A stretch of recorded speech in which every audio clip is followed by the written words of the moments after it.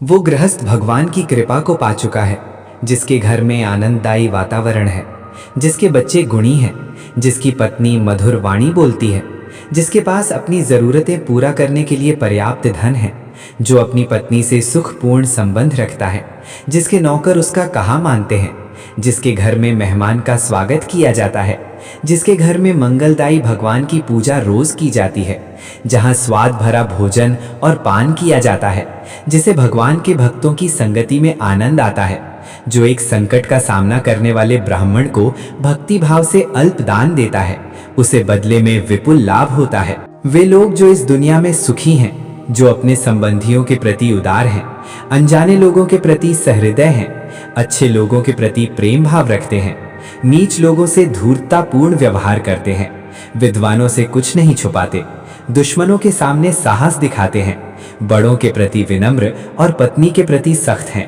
अरे लोमड़ी, उस व्यक्ति के शरीर को तुरंत छोड़ दे जिसके हाथों ने कोई दान नहीं दिया, जिसके कानों ने कोई विद्या ग्रहण नहीं की, जिसके आंखों ने भगवान का सच्चा भक्त नहीं देखा, जिसके पांव कभी तीर्थ क्षेत्रों में नहीं गए, जिसने अधर्म के मार्ग से कमाए हुए धन से अपना पेट भरा और जिसने बिना मतलब ही अपना सर ऊंचा उठा रखा है।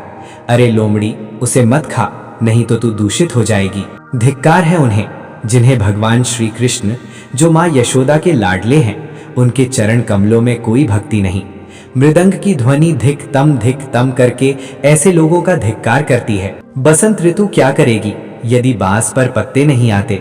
सूर्य का क्या दोष यदि उल्लू दिन में देख नहीं सकता? बादलों का क्या दोष यदि बारिश की बूंदें चातक पक्षी की चोंच में नहीं गिरती? उसे कोई कैसे बदल सकता है जो किसी के मूल में है? एक दुष्ट के मन में सद्गुणों का उदय हो सकता है यदि वो एक भक्त से सत्संग करता है, लेकिन दुष्ट का संग करने से भक्त दूषित नहीं होता। जमीन पर जो फूल गिरता है उससे धरती सुगंधित होती है, लेकिन पुष्प को धरती की गंध नहीं लगती। उसका सही में कल्याण हो जाता है जिसे भक्त के दर्शन होते हैं। भक्त में तुरंत शुद्ध करने की क्षमता है। पवित्र क्षेत्र में तो लंबे समय के संपर्क से शुद्धि होती है। एक अजनबी ने एक ब्राह्मण से पूछा, बताइए इस शहर में महान क्या है? ब्राह्मण ने जवाब दिया कि खजूर के पेड़ का समूह महान है। अजनबी ने सवाल किया कि यहाँ दानी कौन है? जवाब मिला कि वो धोबी जो सुबह कपड़े ले जाता है और शाम को लौटाता है। प्रश्न हुआ, यहाँ सबसे काबिल कौन है? जवाब मिला कि यहाँ हर कोई दूसरे का द्रव्य और दारा हरण करने में काबिल है। प्रश्न हुआ कि आप ऐसी जगह रह कैसे लेते हो? जवाब मिला कि जैसे एक कीड़ा एक दुर्गंध युक्त जगह पर रहता है। वो घर जहाँ ब्राह्मणों के चरण कमल को धोया नहीं जाता, जहाँ वैदिक मंत्रों का जोर से उच्चारण नहीं होता और जहाँ भगवान और पितरों को भोग नहीं लगाया जाता, वो घर एक स्मशान है। सत्य मेरी माता है, आध्यात्मिक ज्ञान मेरा पिता है, धर्माचरण मेरा बंधु है, दया मेरा मित्र है, भीतर की शांति मेरी पत्नी है, क्षमा मेरा पुत्र है। मेरे परिवार में ये 6 लोग हैं। हमारे शरीर नश्वर हैं, धन में तो कोई स्थायी भाव नहीं है। मृत्यु हरदम हमारे निकट है, इसीलिए हमें तुरंत पुण्य कर्म करने चाहिए।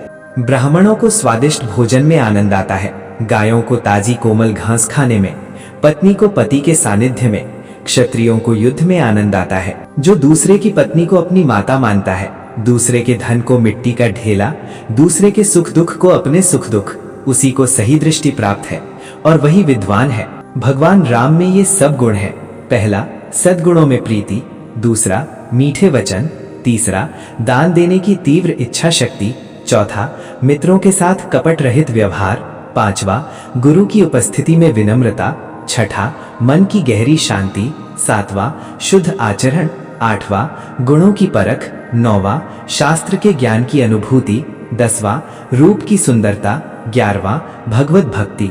कल्पतरु तो एक लकड़ी ही है, सुवर्ण का सुमेर पर्वत तो निश्चल है, चिंतामणि तो एक पत्थर ही है, सूर्य में ताप है, चंद्रमा तो घटता बढ़ता रहता है, अमर्याद समुद्र तो खारा है, कामदेव का तो शरीर ही जल गया, महाराज बलि तो राक्षस कुल में पैदा हुए, कामधेनु तो पशु ही है, भगवान राम के समान कौन है? विद्या सफर में हमारा मित्र है, पत्नी घर पर मित्र है, औषधि रुग्ण व्यक्ति की मित्र है, मरते वक्त तो पुण्य कर्म ही मित्र है। राज परिवारों से शिष्टाचार सीखें, पंडितों से बोलने की कला सीखें, जुआरियों से झूठ बोलना सीखें, एक औरत से छल सीखें। बिना सोचे समझे खर्च करने वाला, नटखट बच्चा जिसे अपना घर नहीं, झगड़े पर आमदा आदमी, अपनी पत्नी को दुर्लक्षित करने वाला, जो अपने आचरण पर ध्यान नहीं देता है, ये सब लोग जल्दी ही बर्बाद हो जाएंगे।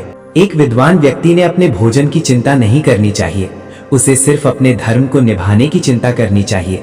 हर व्यक्ति का भोजन पर जन्म से ही अधिकार है। जिसे दौलत, अनाज और विद्या अर्जित करने में और भोजन करने में शर्म नहीं आती, वो सुखी रहता है। बूंद बूंद से सागर बनता है, इसी तरह बूंद बूंद से ज्ञान, गुण और संपत्ति प्राप्त होते हैं। जो व्यक्ति अपने बुढ़ापे में भी मूर्ख है, वो सचमुच ही मूर्ख है। उसी प्रकार जिस प्रकार इंद्र वरुण का फल कितना भी पके मीठा नहीं होता,